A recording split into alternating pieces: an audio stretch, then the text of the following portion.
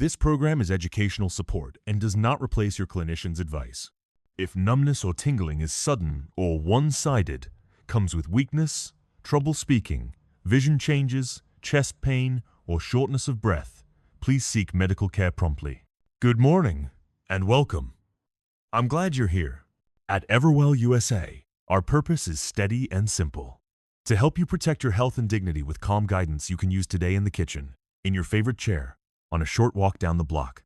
If this kind of clear, encouraging care helps you, please like, subscribe, and share so these messages reach someone you love.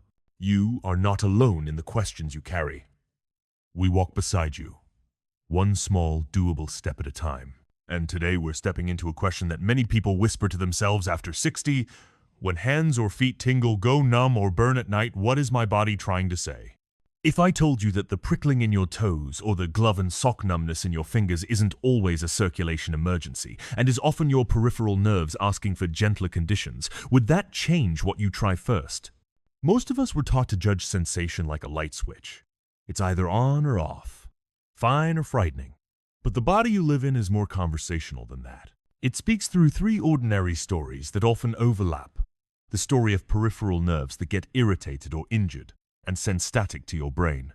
The story of sugar that runs high and leaves those nerves jumpy or dulled. And the story of slow, cranky blood flow that makes extremities feel cold, tight, or tired. When you can tell which voice is talking, panic eases and practical action appears. Let's begin where sensation actually lives. Your peripheral nerves are like neighborhood telephone lines. They carry touch, temperature, vibration, and position from skin and muscles back to the spinal cord and brain, and they bring movement messages outward. With age, those delicate wires can be bothered by many things. Pressure at common pinch points, shoes that crowd toes, long hours in one position, small injuries you barely remember, and whole body conditions like thyroid changes, vitamin shortfalls, kidney strain, or the quiet wear of years. Sometimes the nerve itself is irritated, where it passes a narrow tunnel at the wrist or ankle. Sometimes the entire length becomes more sensitive. What you feel is a choir of signals your brain is trying to interpret. Pins and needles that crawl up from the toes at night. A cottony numbness on the ball of the foot after a long walk. A burning stripe at the fingertips when you grip a pan. A sense that socks are bunched or shoes are wrinkled when they are not. These sensations are uncomfortable and often alarming, and they're also information. They don't always mean danger. They mean the line wants clearer conditions.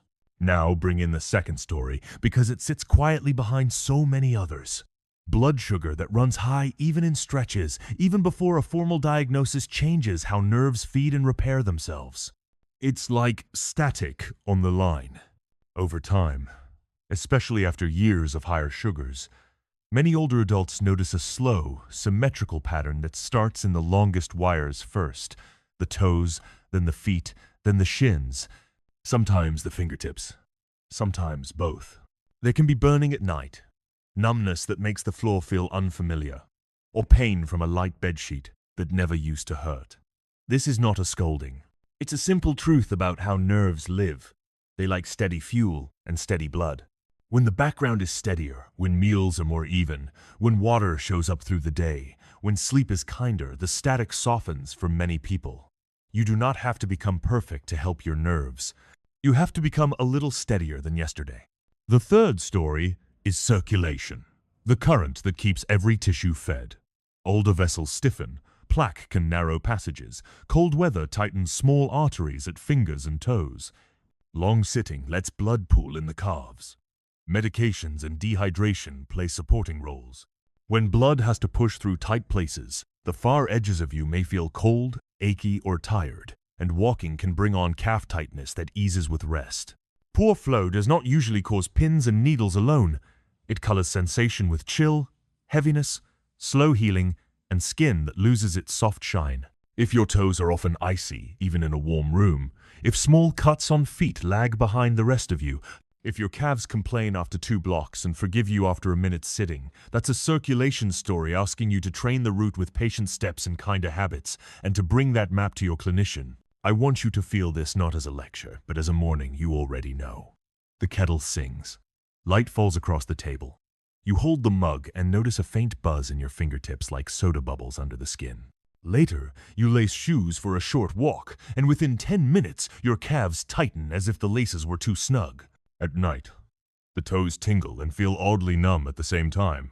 You rub them against the sheet and wonder if your socks are twisted even though you are barefoot.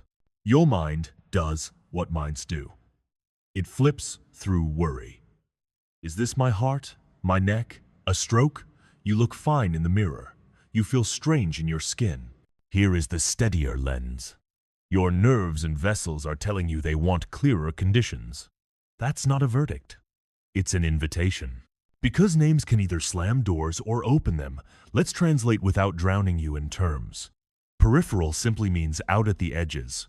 Neuropathy means nerve trouble. Put them together and you have a wide umbrella for any nerve at the edges that's unhappy. From a wrist tunnel that pinches, to a long, slow sugar story, to a heel that meets an old shoe the wrong way every Tuesday. Poor circulation is not a moral failing. It's a mechanical issue, pipes narrowed or stiff, a pump doing its best, gravity playing its game. Diabetes is not a judgment.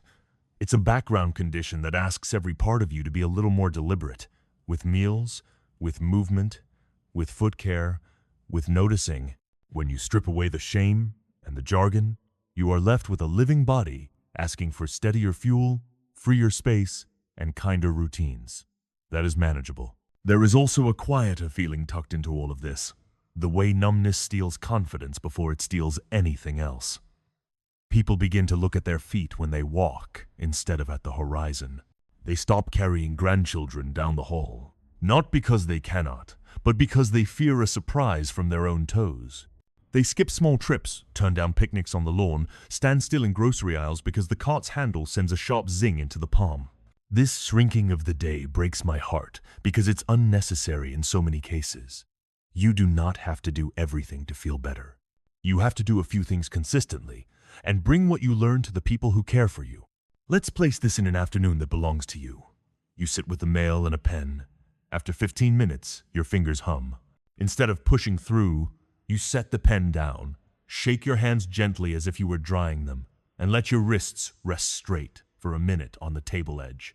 You stand and walk to the sink with slower, longer steps that roll through the foot rather than slapping the floor.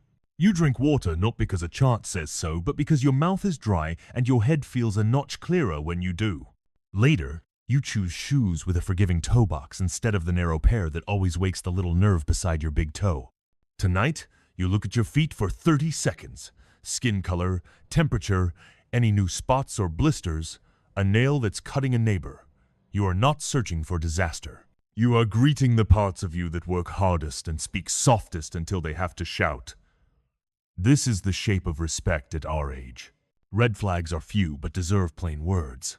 If numbness or weakness arrives all at once on one side of the body, if a foot becomes cold, pale or bluish with severe pain, if you cannot feel the floor under one foot and start to trip, if the hands lose grip suddenly and drop utensils without warning, if there is new bowel or bladder trouble with saddle, area numbness, those are moments to be seen. Now, most tingling and mild numbness do not live in that category. Most live in the honest overlap of frayed wires and narrower roads that ask for patience, movement, noticing, and partnership. What can you do today that brings this down from the clouds and into your hands? Start with 2 tiny actions that do not require a new identity. The first is a daily 60-second hello to your feet and hands. After your shower or before bed, look and lightly touch tops, soles, spaces between toes, palms, fingertips. Ask yourself 3 quiet questions. Is the skin intact? Is there a new tender spot? Does one side feel much colder than the other? That 60 seconds will catch the small things before the big things arrive, and over time it will teach your brain to trust the map of your own body again. The second is a 3-minute circulation walk built into something you already do. After you finish a meal or a phone call, walk the longest, easy path in your home down the hall and back. Around the room in a gentle loop rolling through heel, midfoot, toes, letting the calves act as pumps. If you already walk outside, add 1 more minute to the first 5 minutes of your stroll. You are not training for a race. You are teaching blood to choose your toes again. Small steps, repeated. Move mountains in older bodies. If sugar is part of your story, or your clinician is watching it with you, match your skin to your day without judgment. Notice when nighttime tingling arrives in relation to dinner and sweets. Notice whether a steadier breakfast, a bit of protein and fiber at lunch, and water through the afternoon change the evening buzz. If they do, that is knowledge you earned without a lab. Bring it with you. If they don't, that is knowledge too. Your clinician can help you decide what to test next. You might be wondering how long it takes to feel any difference. The honest answer is, long enough to prove you're doing something real. Short enough to keep hope alive. Many people notice within a week that the nightly burn softens when they move more during the day and protect their feet at night. Within 2 weeks, a kinder shoe and a calmer hand on the grocery cart can turn a zing into a whisper. Steady change is not magic. It is choreography your nerves learn and appreciate. Before we pause this first part, I want to talk to the part of you that is tired. Tired of the buzz. Tired of worrying about the floor. Tired of waking to a foot that won't report honestly. You have not failed. You have aged into a body that needs different care than it did at 40. Different is not worse. It is simply different. When you answer with steadiness, less tightness, more movement, kinder fuel, a quick daily hello to the parts at the edges, you get something priceless back: confidence. Confidence to walk across the lawn, to hold a grandchild's hand, to stand at a counter without bracing for sparks. We'll spend the next part learning to read patterns, how to tell a nerve pinch from a sugar hum, how to recognize when circulation is the louder voice, how to shape your day, so each voice calms without you having to memorize a textbook. For tonight, give yourself 2 small results. Look at and lightly touch your feet and hands for 60 seconds. Take that 3-minute loop after a meal, rolling through the foot and swinging the arms gently as if you were telling your blood where to go. Then write one honest line on a small card. When the tingling visited, what you were doing, what helped even a little. That one line, repeated for a week, becomes a map you and your clinician can actually use. You started this morning with a question that carries quiet fear. Does frequent tingling in hands and feet warn of something serious? You end this first chapter with a kinder lens. 3 familiar stories: peripheral nerves asking for clearer conditions, sugar asking for steadier days, vessels asking for kinder roots, and 2 small actions you can do before bed to tip the balance toward comfort. This isn't about perfection, it's about dignity and practice, one gentle habit at a time. You and I left off with a calmer way to hear what tingling hands and feet are saying, how nerves at the edges send static when conditions are crowded, how sugar that runs higher than it should makes those wires jittery or dull, and how slower blood flow paints sensation with chill and heaviness.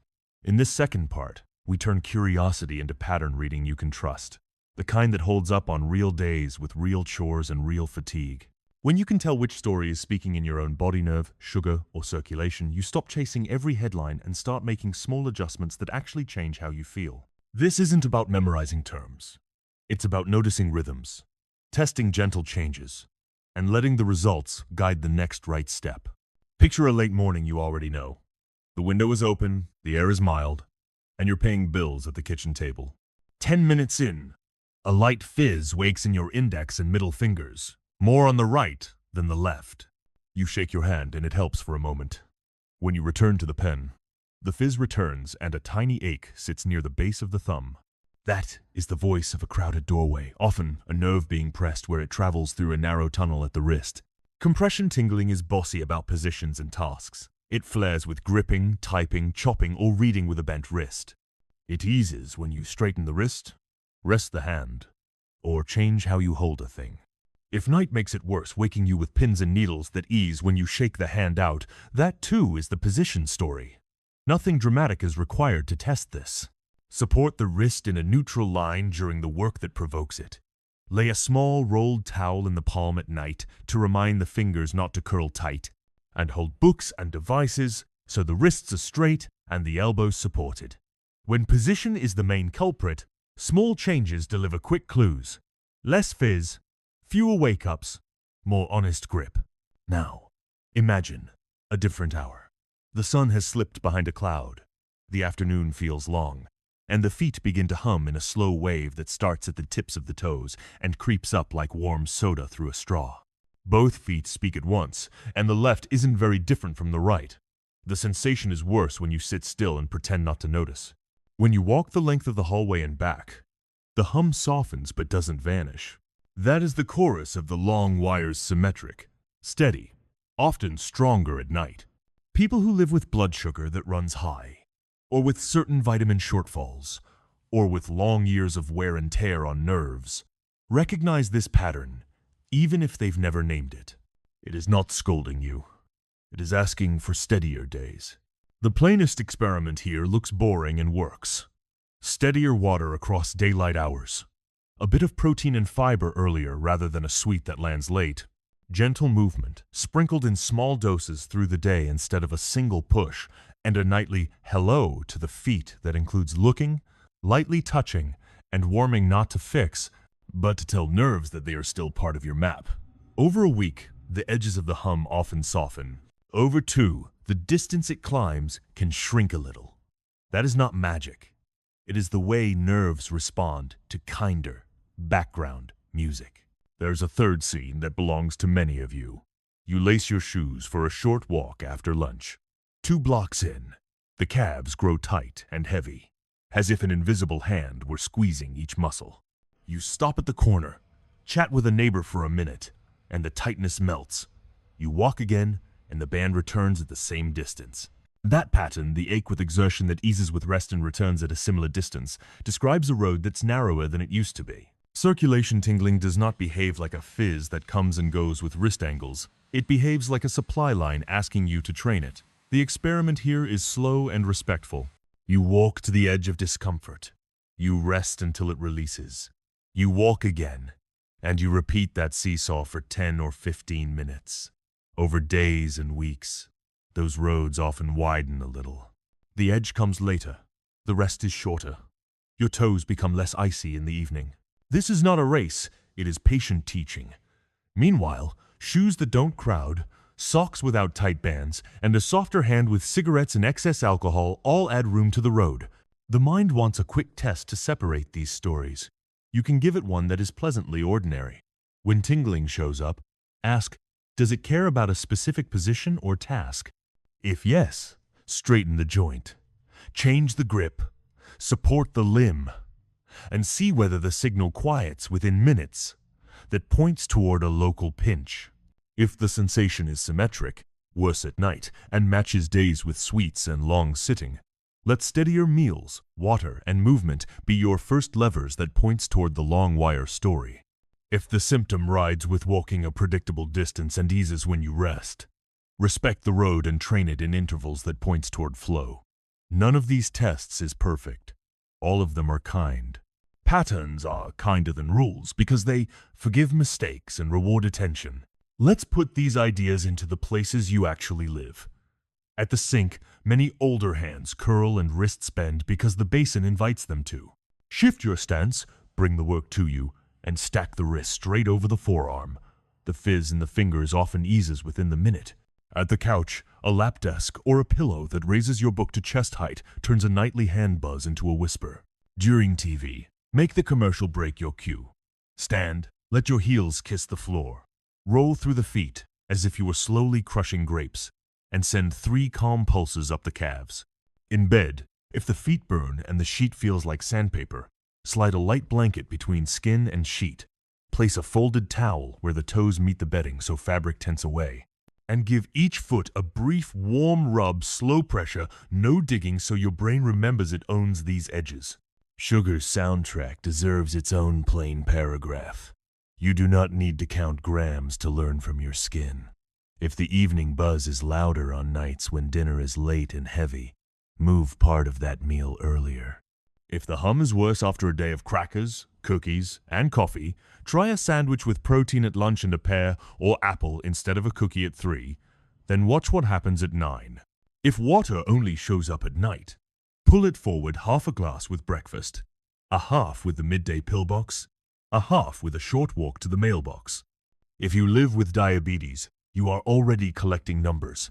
Pair them with one word about how your hands and feet felt that day. Over a week, it becomes embarrassingly obvious which choices your nerves like and which ones they do not. Do not scold yourself. Use the information the way a gardener uses weather adjust and keep tending. There is a special corner of this map for people who wake with burning feet and wonder whether a particular shoe is to blame. Shoes tell the truth. A forgiving toe box, a firm yet cushioned sole, and a heel that doesn't slip add up to fewer complaints. If the shoe bends easily in the middle like a sandwich, it asks your foot to work harder than it should for balance. If it barely bends at all, it may slap the floor and jar those tender nerves. Seek the warm middle. At home, check that socks aren't bunching at the toes and that elastic at the calf isn't turning your leg into a narrow-necked bottle. When sensation is unreliable, vision and touch become your allies. Look at your feet each night. Slide a finger between each toe. Feel for seams, hot spots, new blisters. A daily 60-second hello is not vanity. It is safety. We also need to talk gently about hands that tire and drop things. Tingling and numbness steal confidence in grip long before strength truly fades. The answer is not to avoid cooking, writing, or the garden. It's to change how tools meet you. Pens with a thicker barrel reduce pinch at the wrist. Kitchen knives with a comfortable, larger handle ask less of the thumb base. Pruners with a spring return spare your palm from white-knuckle squeezes. If you knit or crochet, short sessions with the wrists straight and the forearms supported beat long, bent-neck marathons. These swaps are not indulgences. They are the grown-up version of using the right-size screwdriver so you don't strip the screw. What about the days when you can't tell which story is loudest? Those are the days to choose steadiness over diagnosis.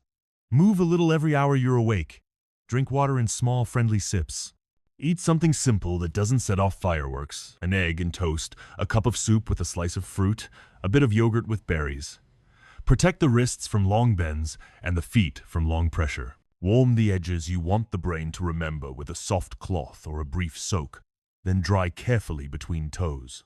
If you're tracking numbers for sugar, take the ones you were asked to take. If you're not, let the body readings you do have energy. Sleep, comfort be the compass. You are not failing by not knowing. You are learning by doing. Let's let a neighbor's story carry this home. Because stories sink deeper than instructions. A woman in her 70s wrote that her feet buzzed every night and her hands went to sleep when she read in her chair. She feared the problem was too big to touch. She started small instead. She raised her book with a pillow and rested her wrists on a folded towel. She walked her hallway after lunch and dinner, 2 minutes each time, rolling through her feet like a slow metronome. She placed water at the chair she actually used. She looked at her feet each night and learned the temperature of her own skin. 2 weeks later, she laughed on the phone. The book no longer steals my fingers, and the hallway is shorter.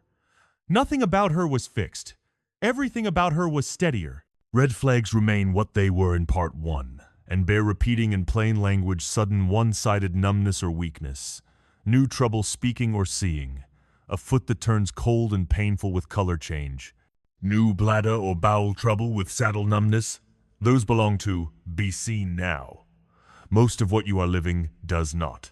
Most belongs to nerves asking for clearer conditions, sugar asking for steadier days, and vessels asking for training wheels you actually use. Before we pause this second part, give yourself 2 results you can feel before bed. The first is a 5-minute edges routine while the kettle warms or the news begins. Rub your hands slowly from palm to fingertip. Glide your thumb along the pad of each finger like you're tracing a small river. Then stand and roll your feet from heel to toe for 1 minute, slow enough to feel the calves pump. The second is a 1-line note on a small card. When the tingling visited, what you were doing, and which small change helped a straighter wrist. A hallway lap, water with lunch, warmer socks without tight bands. That line is not homework. It is a way of telling your future self what worked, so you don't have to reinvent comfort on a tired day. You are not behind. You are learning your own patterns at an age when the body rewards patience more than force. The fizz, the burn, the cottony patches are not judgments, they are messages. When you reduce the pinch at the tunnels, steady the background your nerves live in, and train the roads that feed them, those messages get quieter. And when they do, your day gets bigger in all the ways that matter. Walks you actually take, calls you enjoy without shaking the hand, a night where the sheet feels like a sheet again instead of a spark.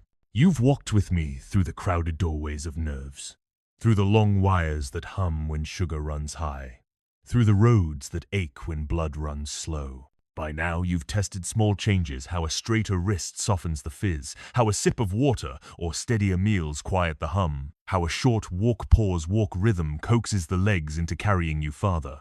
These are not theories. They are lived experiments, and they are beginning to draw you a map you can trust. In this last part, let's gather that map into a way of living that feels less like chasing symptoms and more like claiming steady ground. Because tingling and numbness don't just touch nerves, they touch confidence, dignity, and the shape of your days. Picture yourself on a morning you didn't dread. The sun is low, your chair is warm, coffee steams gently. A year ago, you would have sat wondering whether your hands would fail you when you buttoned the shirt. Today, because you've practiced straighter wrists and kinder grips, the buttons slide without fuss. You smile before the coffee cools, not because the tingling is gone forever, but because you have learned how to work with it, not against it. That smile is more important than any chart because it tells you that confidence has returned. Confidence also belongs to evenings. Too many older adults learn to fear bedtime because the feet light up like wires under the sheets. Instead of dread, you have built rituals. You've placed a towel to tent the blanket off your toes, given your feet a gentle rub, and chosen socks that hug without choking. You lie down not in fear but in routine, and the body knows the difference. Sleep comes easier when the edges of your body feel included, not abandoned. The change is not dramatic, but it is life-giving.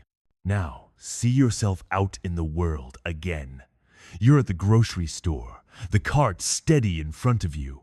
The hum in your feet is there, but softer. You know it will ease if you keep the pace slow and pause when needed.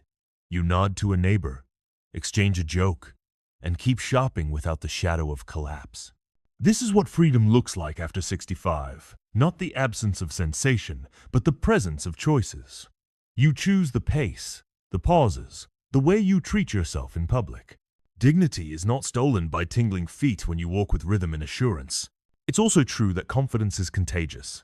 When you share your routines with family, how you check your feet each night, how you note the day's tingles with one word, they learn to see you as wise, not fragile.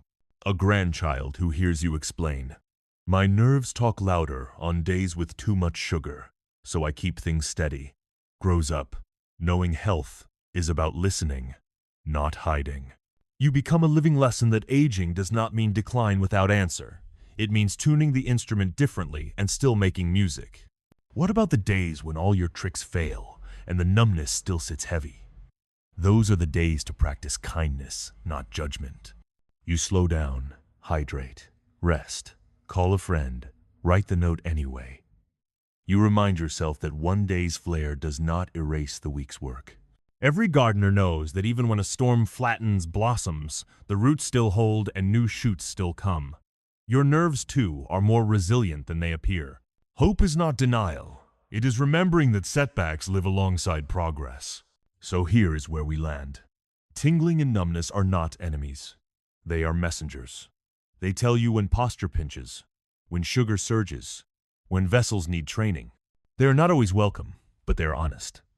When you meet them with small, steady practices, movement, hydration, better grips, nightly checks, you build not just relief, but a steadier life. Relief you can feel in your hands, dignity you can walk on in your feet, and confidence that follows you into every room. The question you came with, what does this tingling mean, finds its answer not in fear, but in patterns you can learn and habits you can live. So tonight, before the day closes, give yourself one gift. Touch the edges of your hands and feet with deliberate kindness. Name what you felt today with a single word on a small card. Drink a half glass of water with it. These are not trivial acts. They are signals to your body that you are listening, that you are still the one steering. And when you wake tomorrow, steadiness will meet you at the edge of the bed, ready to walk with you into another day.